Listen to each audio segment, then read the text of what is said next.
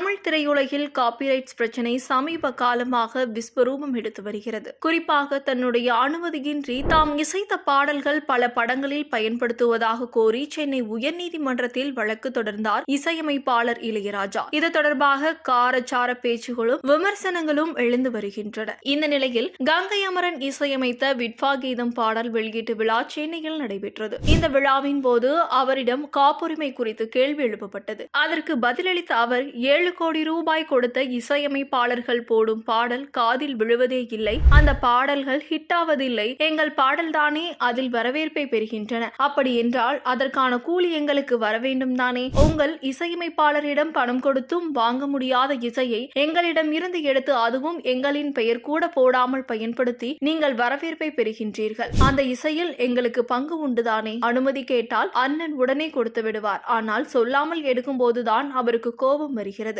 எங்களுக்கு பணத்தாசை இல்லை, எங்களிடமே செலவு செய்ய முடியாமல் கொட்டி கிடைக்கிறது, அனுமதி கேட்பதுதான் இங்கே அடிப்படை, அஜித் படம் என்றல்ல, எங்கள் இசை என்பதால் தான் கேட்கிறோம், உங்கள் இசையமைப்பாளரால் முடியவில்லை, எங்கள் பாடல்தான் உங்களை ஜெயிக்க வைக்கிறது என்ற சந்தோஷம்தான் இல்லம், நீங்கள் உழைத்து முன்னுக்கு வாருங்கள் என்று கடுமையாக விமர்சித்துள்ளார்.